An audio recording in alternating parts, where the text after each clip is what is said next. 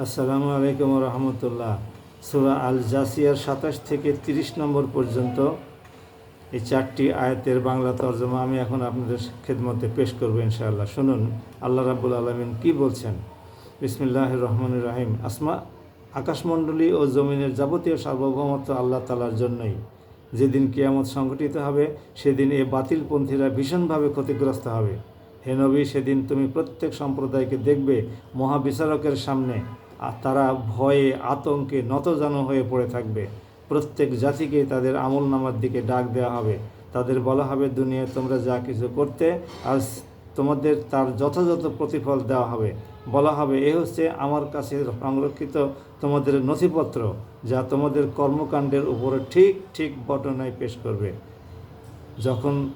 তোমরা যখন যা করতে তা লিখে রাখছিলাম, যারা ঈমান এনেছে এবং সে অনুযায়ী নেক কাজ করেছে, আজ তাদের রব তাদের অনুগ্রহে জান্নাতে দাখিল করবেন, আর এটাই হবে সেদিনের সুস্পষ্ট সাফল্য। সাদাকাল্লাহুল আলিউল আজিম। সম্মানিত ভাই এবং বোনেরা, আপনারা শুনলেন আসমান জমিনের একমাত্র স্রষ্টা এবং মহান এবং দয়ালু প্রতিপালক আল্লাহ রাব্বুল আলামিন বাতিলপন্থীদের, বামপন্থীদের, খোদাদ্রোহী শক্তির, আল্লাহদ্রোহী শক্তির এদের সম্পর্কে পরিষ্কার ভাষায় বলে দিচ্ছেন যে কিয়ামতের মাঠে তোমাদেরকে একত্রিত করে তোমাদের হাতে আমলনামা, নথিপত্র সমস্ত কিছু তুলে দেওয়া হবে এবং এগুলো যথাযথভাবেই সংরক্ষিত করা আছে। একটু এদিক সেদিক করা হয় নাই।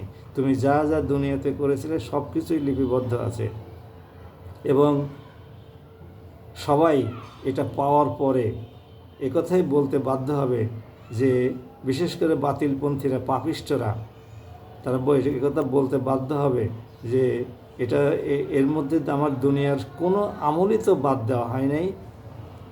আমি যা যা করেছিলাম সবই তো এর মধ্যে উল্লেখ আছে। এটা আমাদের হাতে না দিলেই তো ভালো ছিল। তার মানে ওনাদের কোনো হিসাব নিকাশ ছাড়াই একেবারে জান্নাতে দিয়ে দিলেই ভালো ছিল। ওই খারাপ কাজগুলোর আমলনামা তার হাতে তুলে দিয়ে তাকে লজ্জা দেওয়ার কি মানে হয়? এই তো তাদের দর্শন। আসুন বাতিলপন্থীরা, এই সমস্ত দর্শন থেকে ফিরে আসি। আল্লাহ আপনাদেরকে অস্তিত্বে এনেছেন, আল্লাহ জ্ঞান দিয়েছেন, কিতাব দিয়েছেন, নবী রসুল পাঠিয়েছেন, শরিয়ার বিধান জারি করে দিয়েছেন। এগুলো সম্পর্কে অনুধাবন করি, এগুলো পড়ার পরে আপনার সিদ্ধান্ত আপনি গ্রহণ করবেন। আপনি ঈমানদারদের অন্তর্ভুক্ত থাকবেন, পাপিষ্ঠদের অন্তর্ভুক্ত থাকবেন, সঠিকপন্থীদের অন্তর্ভুক্ত থাকবেন, নাকি বাতিলপন্থীদেরই অন্তর্ভুক্ত থাকবেন? তবে বাতিলপন্থীদের অন্তর্ভুক্ত যদি থাকতেই সিদ্ধান্ত নেন, তাহলে জাহান্নামের আযাবের ভয়াবহতা সম্পর্কে স্মরণ রেখেই থাকবেন। অবশ্য আল্লাহ গাফুরুর রাহিম এই নামটি শুধুমাত্র মহান রাব্বুল আলামিনের সাথেই সঙ্গতিপূর্ণ। অন্য কারোর নামের সাথে এই গাফুরুর রাহিম নামটি সঙ্গতিপূর্ণ নয়। পরম দয়ালু এবং ক্ষমাশীল। আসসালামু আলাইকুম ওয়া রাহমাতুল্লাহ।